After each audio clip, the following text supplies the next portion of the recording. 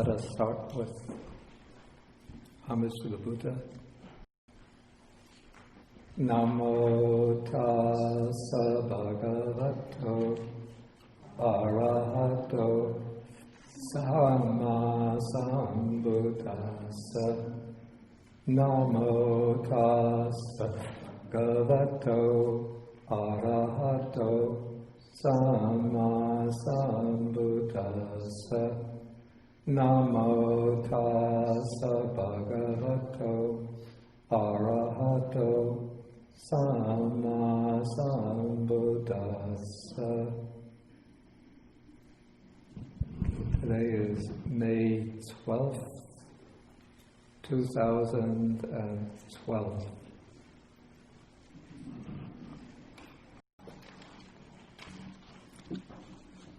Okay, so good morning, everybody. Now, today we're going to be taking primarily Sutta number 71 in the Majjhima Nikāya. This is called the Tevijjavacchagotta Sutta, and it's translated as to Vacchagotta on the Threefold True Knowledge. And this sutta is concerned with the kind of vexed question that has come down in the Buddhist tradition, which is the question whether the Buddha was omniscient. Within the Buddhist tradition, it's in Pali, the Theravada, the school of Theravada Buddhism, we speak about the Buddha as having reached Sabbanyutta, which means omniscience. I'll put this on the board.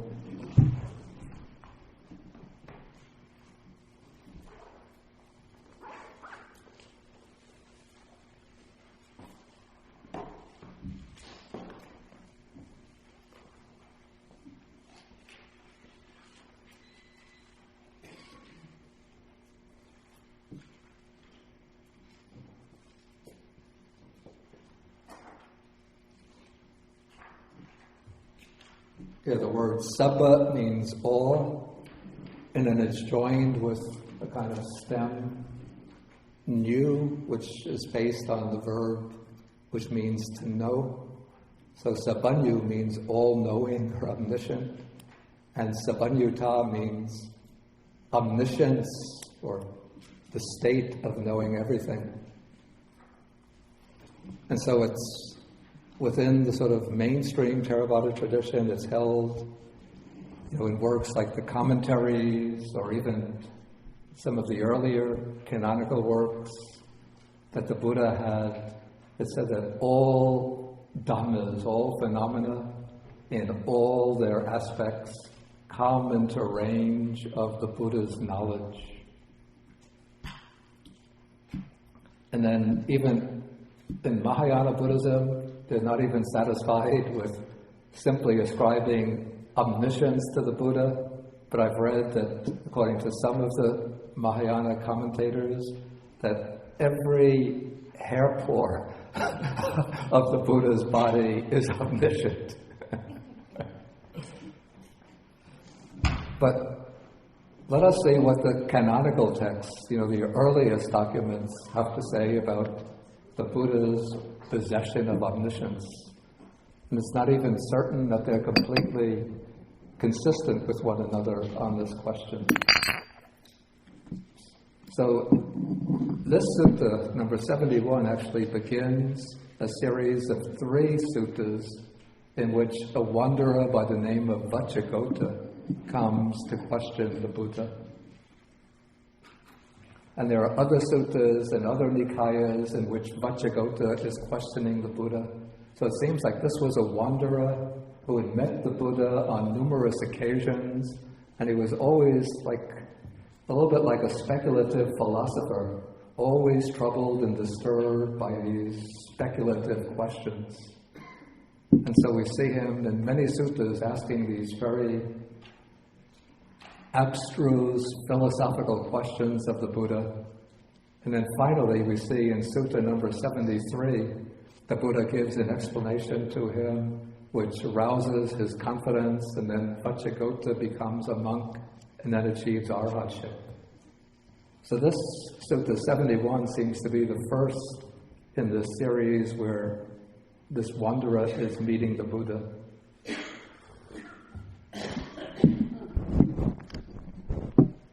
Okay, so here the Buddha was living at Vaisali, in a place called the Great Woods, the Great Forest, in a hall with a peaked roof. And then this wanderer Vacchagotta was staying in a nearby park. And then one day, when the Buddha went into Vaisali for his alms round, it was still too early. And so he thought to go over to meet the wanderer Vacchagotta in the park where he was staying. Okay, so the Buddha goes to Vacchagotta, and Vacchagotta welcomes the Buddha. Apparently this isn't their first meeting, because Vacchagotta says apparently he knows the Buddha from previous encounters. So he welcomes the Buddha, prepares a seat for him, invites him to sit down. And then he says to the Buddha, now we come to paragraph 5, he says, Bhante, Venerable One, I have heard this, that the recluse Gotama is the Buddha's family name, claims to be omniscient and all-seeing, to have complete knowledge and vision thus, whether I am walking or standing or sleeping or awake, knowledge and vision are continuously and uninterruptedly present to me. Then Vacchagotta says, to those who speak thus, report your word correctly. Do they explain in such a way that there would be no ground for censor for being blamed based on their statements? Okay, so Vacchagotta has heard a report that the Buddha claims omniscience, and omniscience of a particular type. That is, he claims to have omniscience all the time, continuously, without any interruption, so that he's knowing everything at every moment. That's the report that Vacchagotta has heard. And the Buddha replies, he says, those who speak thus do not say what has been said by me, but misrepresent me with what is untrue and contrary to fact.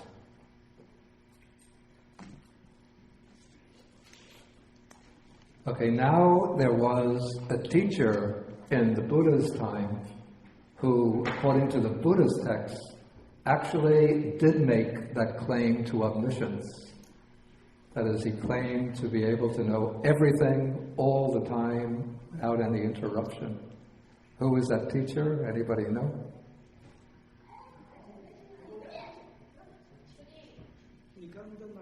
Yeah, that Johnny got it correctly. Nikāya Nātaputta, who is regarded as the founder of Jainism, or at least the most famous Jain teacher of ancient period. It's a question to me whether the Buddhist texts are actually representing the founder of Jainism correctly. Because what I found, when you read the Buddhist texts, when it comes to the discussions between the Buddha and the Brahmins, the Buddha will reject some of the claims of the Brahmins, but there's always a certain respect or regard for the Brahmins. But when it comes to the Buddhists and the Jains, the Buddhist texts become quite caustic in their representation of the Jains. And so it could be that the Buddhists the Buddhist texts are not representing the Jains correctly. The Jains do claim for their founder an omniscience, but it's a question whether this is omniscience in the sense of knowing every particular fact continuously all the time. Okay, so in any case, the Buddha rejects this particular kind of omniscience. He rejects continuous and uninterrupted omniscience in every condition and every state, all the time. Okay, so now Vacchagotta asks the Buddha, how should I speak that I may say what has been said by the Blessed One and not misrepresent him with what is contrary to fact? So now he wants to know from the Buddha, to get it from the Buddha's own mouth, how the Buddha would explain his own capacity regarding knowledge. And so now the Buddha replies and he says, if you want to represent me correctly and not to distort what I say, this is what you should say. You should say that the recluse Gautama has the threefold true knowledge. The threefold true knowledge, in Pali, this is called Tevijja.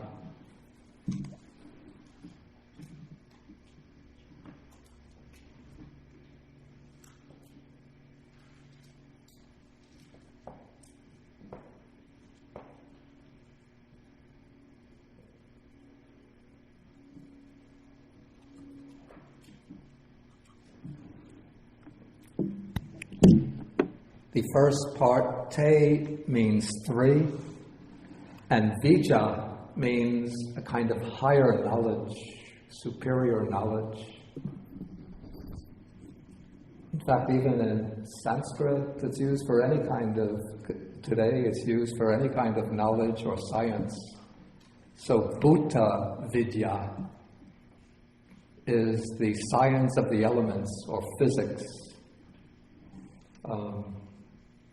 Maybe Jiva Vidya would be the science of life or biology.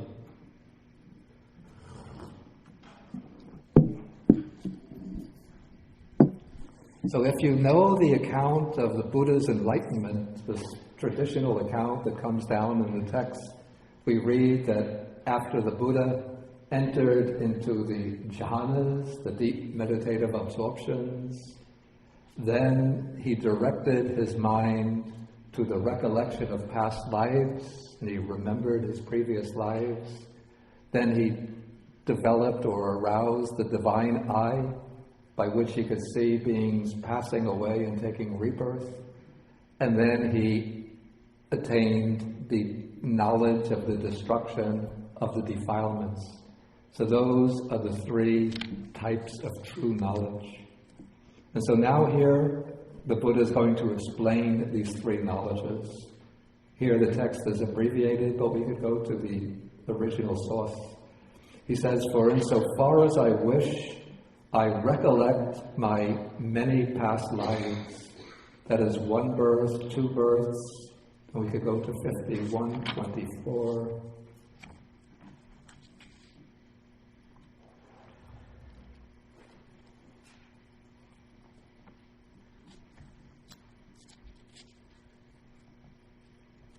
Then it just enumerates more and more numbers of births. 2 births, 3 births, 4, 5, 10, 20, 30, 40, 50 births, 100 births, 1,000, 100,000 births, many aeons of world contraction, many aeons of world expansion, many aeons of world contraction and expansion, knowing there I had such a name, came from such a clan, such was my appearance, such was the food that I ate, such my experience of pleasure and pain, such the length of my life.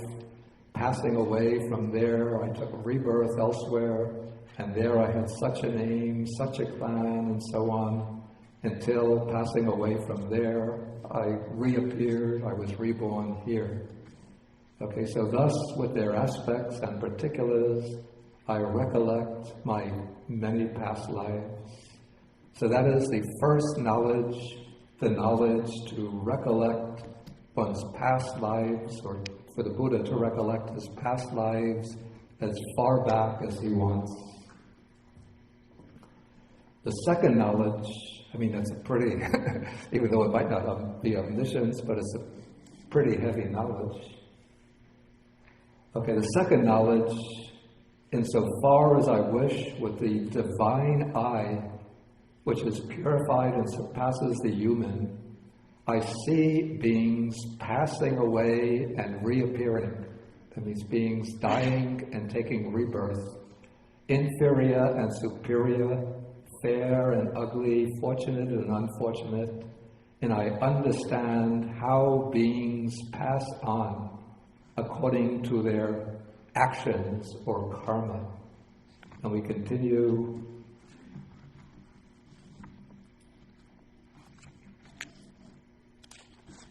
on page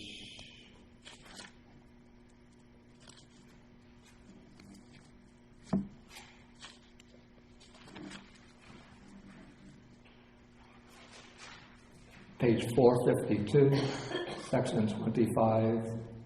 So he directs the divine eye to the knowledge of the passing away and rebirth of beings. Then he understands how beings pass on according to their karma, thus that these worthy beings who behave badly in body, speech, and mind, who reviled the noble ones, who held wrong views and acted on the basis of their wrong views, on the dissolution of the body after death, have been reborn in the lower realms, the bad destinations, even in hell. But those worthy beings who behaved well in body, speech, and mind, who did not revile the noble ones, who held right views and acted on the basis of right views, on the breakup of the body after death, they have been reborn in a good destination, even in the heavenly world. And so with the divine eye, which is purified and surpasses the human, he or the Buddha speaking about himself would say, I see beings passing away and being reborn, and so on, and I understand how beings pass on according to their actions, to their karma. Okay, so what is meant by the divine eye? The divine eye is a special faculty, a spiritual faculty, different from the fleshly eye, which is able to see things that are invisible to our physical eyes. And the divine eye is developed on the basis of the 4 jhanas, the 4 meditative absorptions. And it's developed by first mastering the 4 jhanas using, it said, the light kasina, that is taking as the object of the meditation a ball of light. And then one practices that jhana over and over till one gets very clear, bright, that very deep meditative absorption with this clear, bright light. And then one takes this bright light and diffuses it outwardly. And it's said that this bright light is then able to illuminate things taking place at a great distance, so one can see things going on beyond the walls, beyond the range of ordinary sight. Like if I want to know what's going on in Carmel or Cold Spring now, I could direct my attention to those towns and see what's going on there. Then I could see what's going on in New York City, who's winning the ball game this afternoon. Without a ticket, I can see the ball game. Get into Lincoln Center and see, concerts without a ticket. But an honest person wouldn't do that.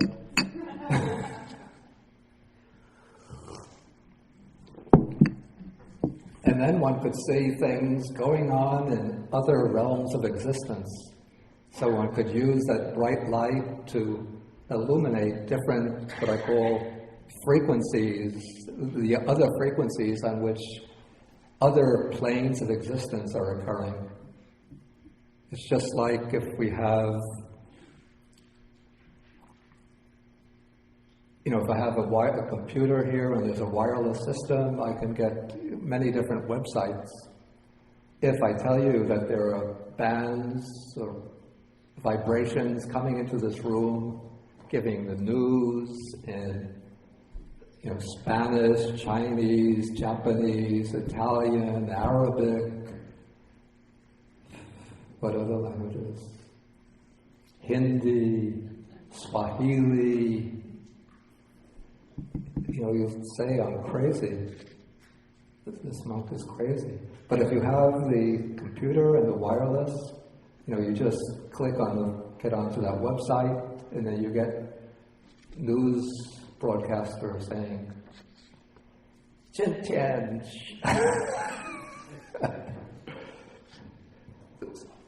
Xinwan, is that what it is? Today's news? 今天的 Xinwan. Or somebody saying in Sinhalese, what? Other Pravritya? And Hindi, of course, Hindi I don't know. So speaking all of those languages, where are they? They're all taking place now. But, without the wireless computer and without clicking into the right website, we don't see or hear those news programs. And so all of these other realms of existence, they're not up in space, they're not down in the ground, they're all right here. But we don't see them because our eyes are just like our, minds without the computer. But when you develop the jhanas and then use that bright light to illuminate these other frequencies, these other levels of vibration, then you can see what's going on in the heavens, the ghostly realm, the hell realms. It all becomes visible. And then with the divine eye, one could also see how beings in all these different planes of existence are passing away and taking rebirth, and one could see how their rebirth is conditioned by their behavior, their actions in their previous life. So that the unwholesome actions of body, speech, and mind will lead to lower types of rebirth, and the good behavior or wholesome actions of body, speech, and mind will lead to superior or happy types of rebirth. Okay, so these are two types of higher knowledge which are still mundane according to the Buddha's teaching. That is, they don't on their own, they don't lead directly to liberation. But the Buddha achieved them on the night of his enlightenment. And also many of the disciples of the Buddha also achieved these. They're not unique to the Buddha. Okay, then comes the third true knowledge, the third superior knowledge. In paragraph, the section 9 here, he says, by realizing for myself with direct knowledge, I here and now enter and abide in the liberation of mind, the liberation by wisdom that is taintless with the destruction of the taints. We find this explained more fully in Sutta 51. Here the Buddha speaks about how he achieved this knowledge with his concentrated mind.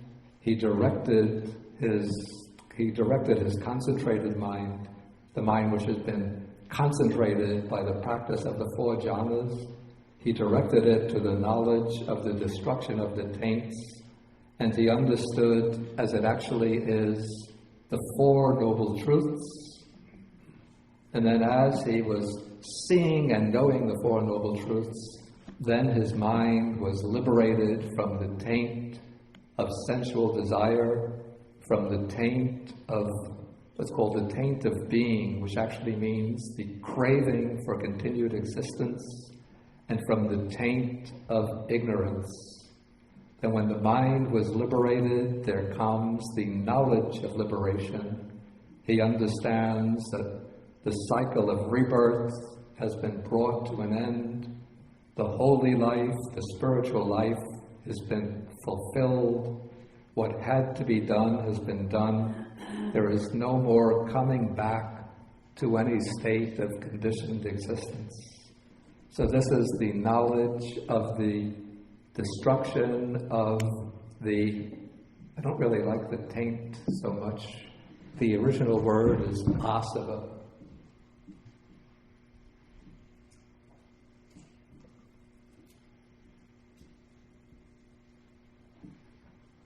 The asavas are things that flow into the mind, or that flow up from the depths of the mind into active consciousness. And so I see the asavas as being the primordial defilements that keep the round of rebirth turning, that keep one bound to the cycle of rebirths. And so the three asavas are the asava, or flowing, or maybe we could call it the pollutant of sensual craving, the craving for sense pleasures, the pollutant of craving for continued existence, to go on in one realm or another realm, and then the craving or the pollutant of ignorance, of not understanding the real nature of things, of especially not penetrating the Four Noble Truths.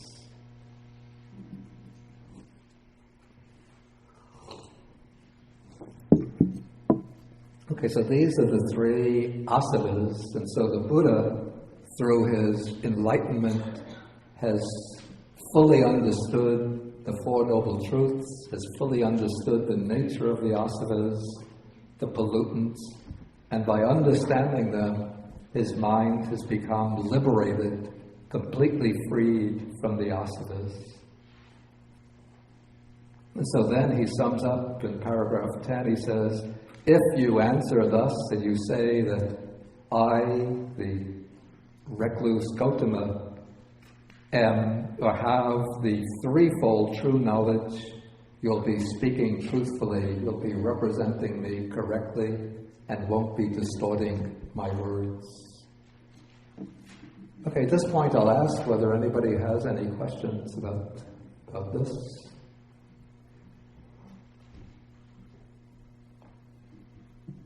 Okay, good that you take the mobile microphone.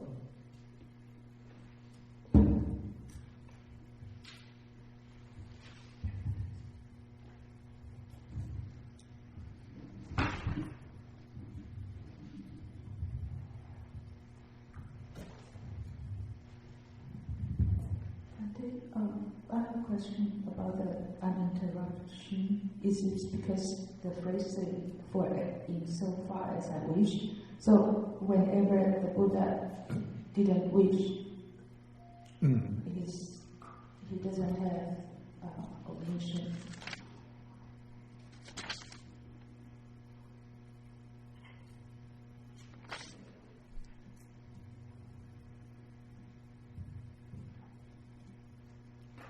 Could say this, I'm not sure, sorry. The Buddha said, when people say he is omniscient and all-seeing, continuously and uninterruptedly, that misrepresents him, right? Yeah. So the reason, because he's not continuously and uninterruptedly, is because the phrase, as far as I wish. Yeah. So when there are times he didn't wish to know, with the divine eyes, for example, he wouldn't be able to know people's previous lives. And that's a very good point. Very good point. I'm going to just pass by your question for now, because some of the other then we want to look at some of the other passages, and that might shed some light on your question. Any questions, especially about the threefold true knowledge? Does it seem credible, or some people think nobody can know their previous lives, or we don't have any previous lives. Yeah, I still can't really put those shoes on of experiencing that there are previous lives. I think so far I'm thinking that I'm a Westerner and that's an Asian idea, but and I've been told that's one of the things that you just put on a shelf and deal with later. Yeah, I say, if somebody has a lot of trouble accepting the idea of previous lives or rebirth, I say, now put it on a shelf, don't have to struggle with it. But as far as the idea of rebirth itself goes, I don't find that conceptually that it's a problem. As long as we sort of free ourselves from the assumption that consciousness is something which is created by a particular configuration of material particles. The way I see it, or the way I would explain it,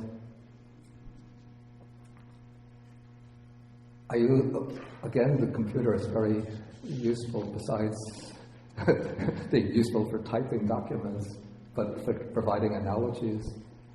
It's like in the computer, what does all the work is the central CPU is called, the central processing unit. Okay, that's where all of the, are they called the circuits?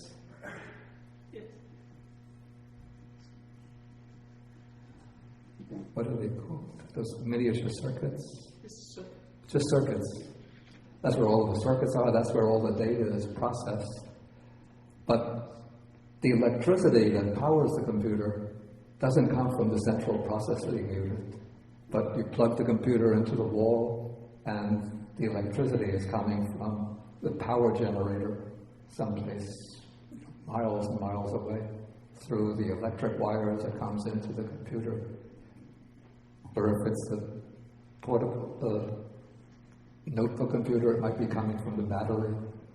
Okay, I see the central processing unit is analogous to the brain, and the power generator, the electricity that's flowing into the computer is like the force of life and the force of consciousness. And so consciousness doesn't come from the body itself, but it comes from another body which has passed away, and then the stream of consciousness flows into this body in conception, or sometime in the process of formation. And in this way, consciousness arises based on this body, but it's not created by this body. Am I? But I thought consciousness was dependent on conditions, on our consciousness because we have eyes. Yeah, it is dependent on conditions, and its functioning is always dependent on conditions. And so within this particular life, consciousness functions in dependence upon the sense faculty, upon the rest of the body, and dependence on the object, and so on. But one of the conditions for consciousness to come into this life would be the passing away of the stream of consciousness in a previous life. So that consciousness passes away, or let's say that consciousness passes away from the previous life, and then it arises again within the new life. Okay. What is the number 483 in paragraph 10? 483. Oh, in brackets, those numbers in brackets. Those are the page numbers of the Pali Text Society's Pali edition of the original text. So you see in the corner of the page 483, that means volume 1, page 483. When you're talking about... Yeah, please. When you're talking about the consciousness moving, your analogy with the computer, is there a real-world time frame for the movement of the end of the consciousness in one body and the rebirth into the next? What do you mean by a real-world time? Like, does it happen instantly? Can it be a million lifetimes Oh, away? you mean can there be a time gap between the passing away and the re-arising? Yeah, this is where, the suttas themselves are not very explicit about that, but different Buddhist schools develop different interpretations of what happens between death and rebirth. Within the commentaries of the Theravada school, it's said that rebirth is instantaneous, that one moment death takes place, the next moment the rebirth consciousness arises. I don't find this very convincing, because it seems to me that, well, first it presupposes that exactly at the moment that somebody dies, that there will be a couple providing the right karma conditions for that person who has died, who are having sexual relations or who have fertilized an egg, so that that egg is available for that stream of consciousness to set into that new condition. And it seems to me unlikely that that is taking place. So I would tend to side with those schools that say that there's a kind of interval in which the consciousness remains in a subtle body, waiting for the right conditions to appear within the human world, if it's going to come back to the human world, for rebirth to occur.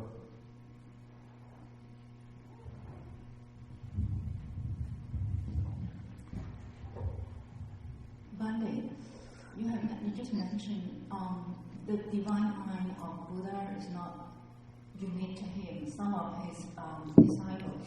Well, I said that the divine eye is not unique to the Buddha, that disciples also had the divine eye. Are the divine eyes of the disciples are exactly the same of the Buddha's divine eye? No, it said that the range of the Buddha's divine eye is supposed to be much greater than that of the disciples. Similarly, with regard to the recollection of past lives. I have a question. Yeah. Is the ability to see previous life one thing? The ability to link using karmatic law of karma to see the relationship between good action this life, good future life is another thing, or? The way it's presented in the text, the ability to see how karma conditions one's destiny from life to life is an aspect of the divine eye. But it seems you have a good point here, that I would say that probably the divine eye, in its function of seeing things at a distance, even seeing other realms of existence, is still a coarser function. But the ability to see how karma works from life to life would be a subtler function of the divine eye. Okay. That's my assumption. Okay, we'll take one question from Dana, then I want to go on.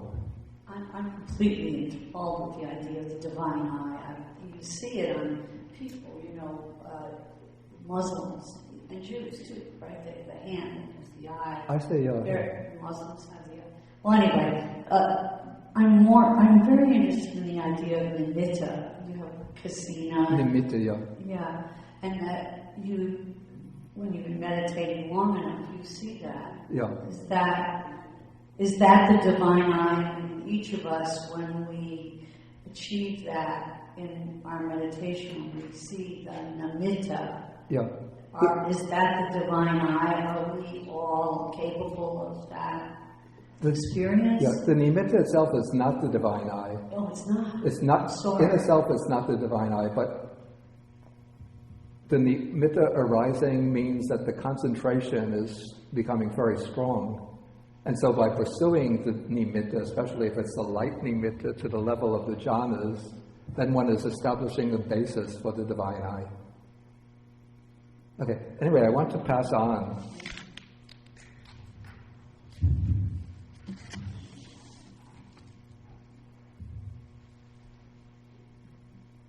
I'll just do these other questions, but maybe you can read the other questions here on your own.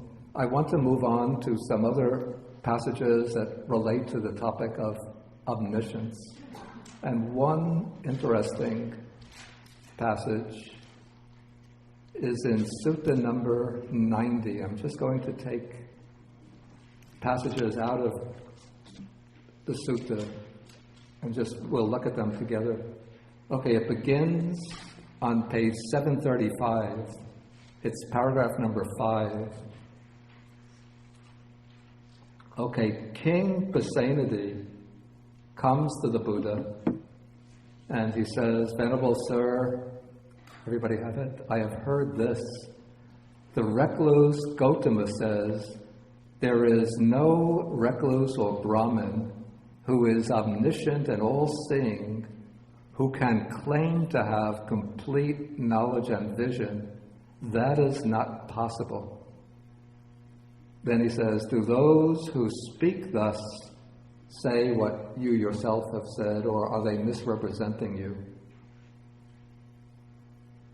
Okay, now this seems like, you know this game Telephone that we used to play as children, where somebody there's a line of children, and somebody relates some incident to student B. Student B passes it on to student C. C tells D. Till when you get to the end of the line, the story has become very much distorted. So probably, maybe Vacchagotta went back to the park, told some of his colleagues, I just was speaking to the Buddha said this. One of them said, oh really? Then he told another group, who told another group. And so eventually it comes to King Pasenadi that the Buddha is now saying omniscience is impossible. Nobody can claim to have it. But notice and then he asked the Buddha, are they representing you correctly? And now the Buddha says, those who speak thus do not say what has been said by me, but misrepresent me with what is untrue and contrary to fact. So here you see, the Buddha is not denying the possibility of omniscience, but what is he denying? What is it that sort of got distorted in the transmission? Look back at Sutta 71. If he has it all the time. Exactly. That he has it continuously, uninterruptedly, all the time, whether sleeping, waking, and so on. Okay, so now the Buddha is saying it's not the case that I'm denying the possibility of having complete knowledge and vision.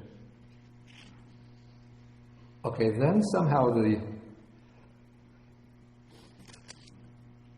sutta starts taking another track.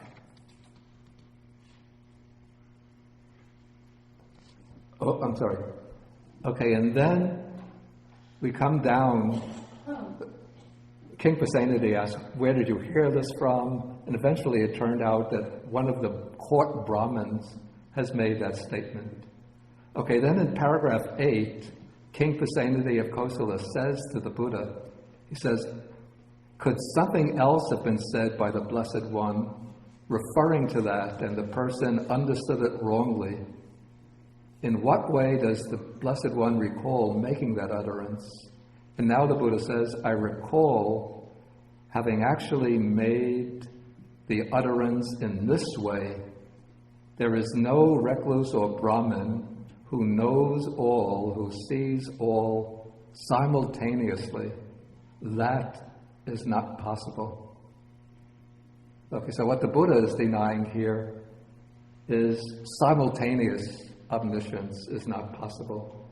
And in the other sutta, what he denies is continuous and uninterrupted omniscience. So on this basis, what the Theravada tradition ascribes to the Buddha is what is called omniscience subject to his wish, which relates to the point that O.A. brought up. That if the Buddha wants to know something, then he directs his attention to it, and he will know it. So in this way, his faculty of knowledge is unobstructed. So he can know whatever he wants to know, but there'll be, millions of things that the Buddha doesn't have any interest in knowing. Like how many leaves are there in the trees of Zhuangyan Monastery? Not of any importance.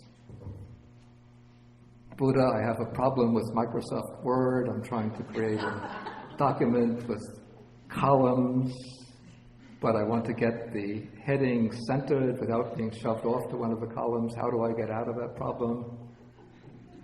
Is Buddha going to, I find maybe some hidden sutta someplace in which, this is like the hidden treasures in Tibetan Buddhism. This is the secret document of how to center headings without them getting pushed into columns.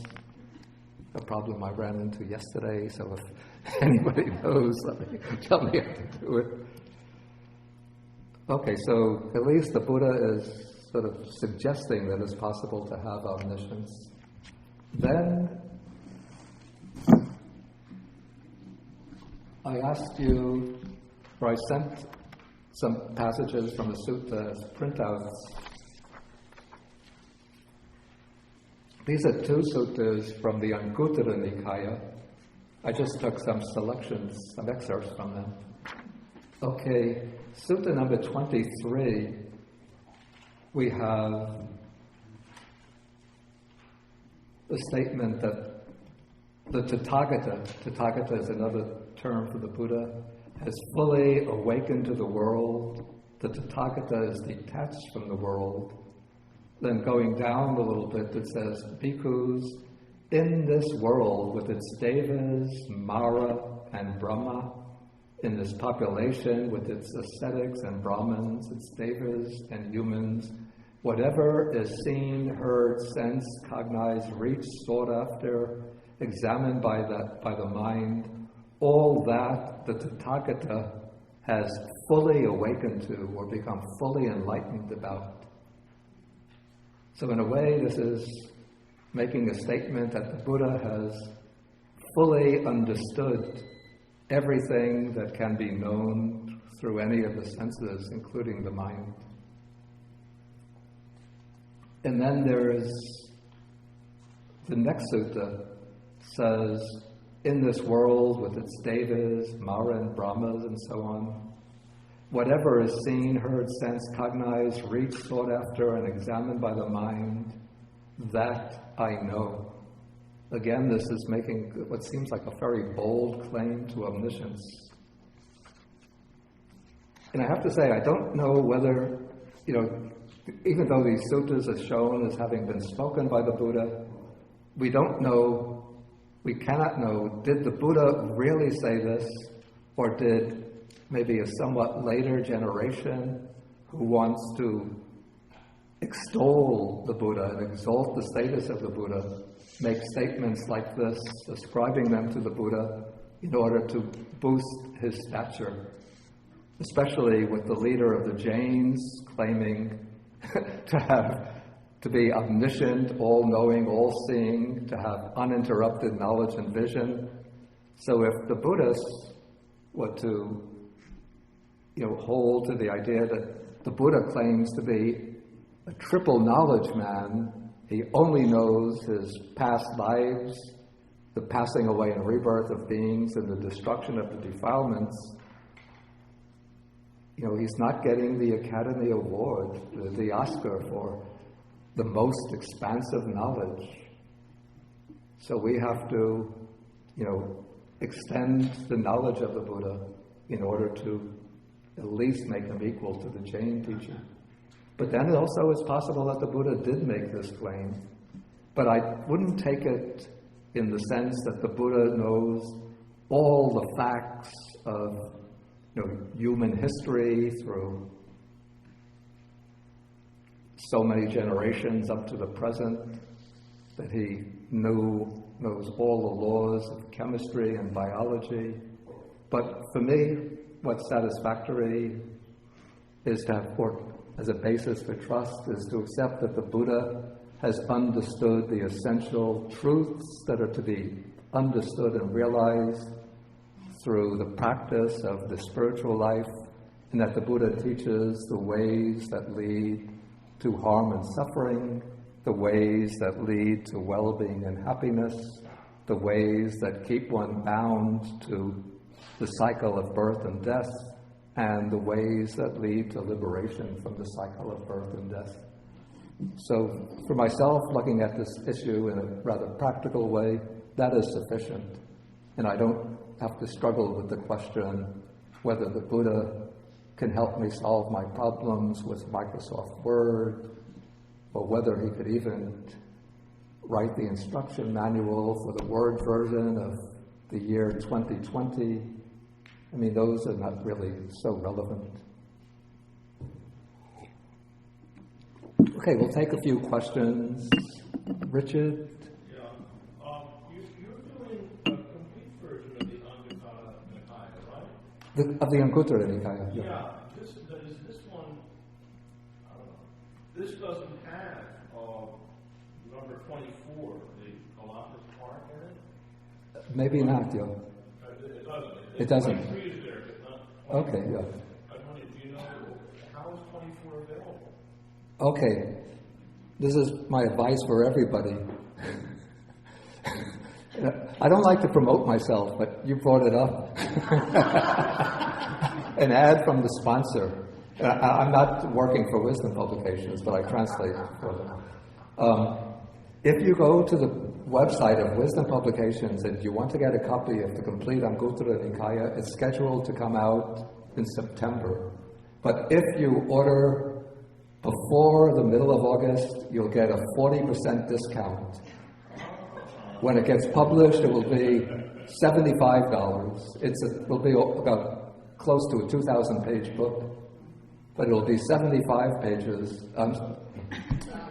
It's close to a 2,000-page book. It'll be $75 plus postage. But if you order now, you get it for $45, and they cover the postage. So don't delay.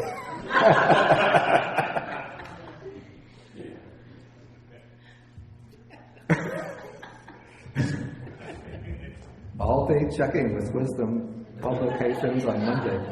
How many orders did you get from the Carmel, Cold Spring? Do you have any copies now underneath the table?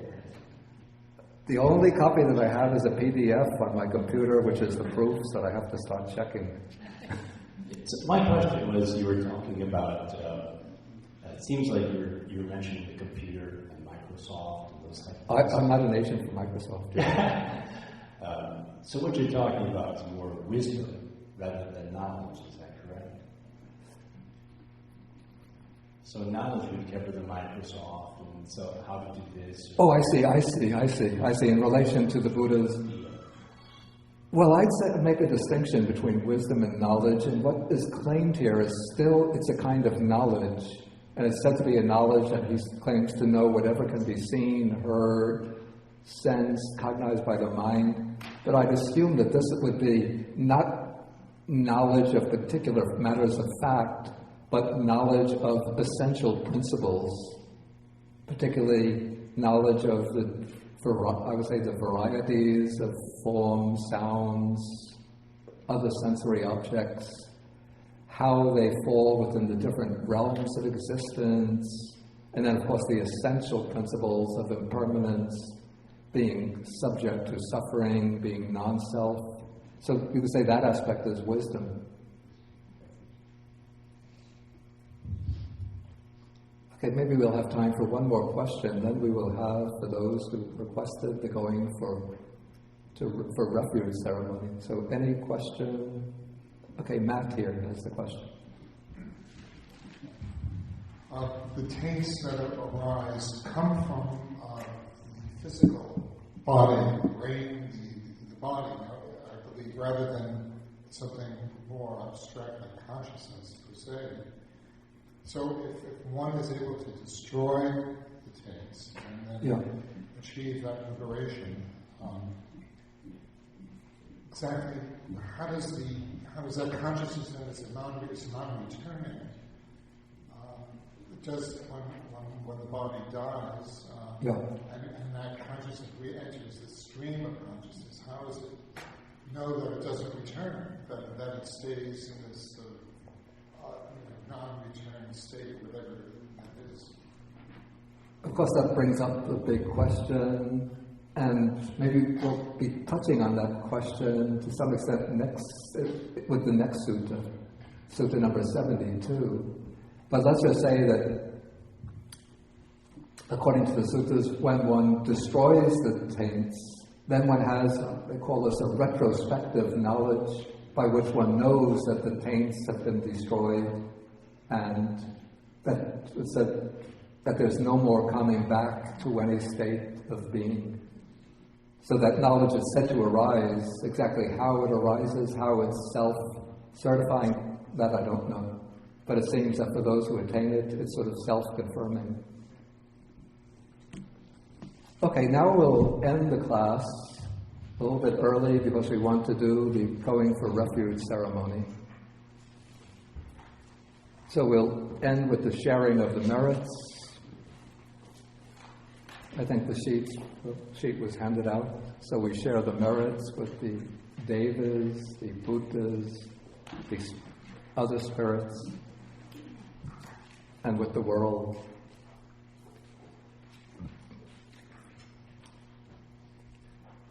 Okay, you could recite along with me. Akasata chabhumata deva naga medhika punyantam anumoditva chirang rakantu sasanam.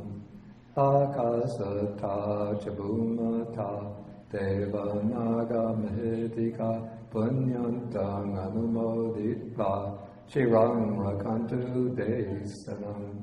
Akasata chabhumata deva naga medhika punyantang anumoditva chirang rakantu mang param. Etavata cham hehi sampadam punya sampadam sabbe devanumodantu sabba sampati siddhya. Etavata cham hehi sampadam punya sampadam sabbe bhudanumodantu sabba sampati siddhya. Etavata cham hehi sampadam punya sampadam sabbe satanumodantu sabba sampati siddhya.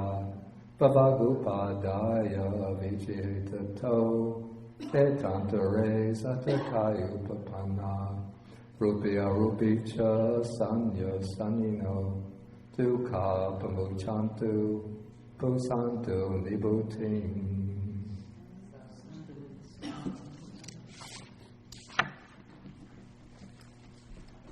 Okay, we can have a discussion period after the lunch, say 12:10 or so. We can reconvene here.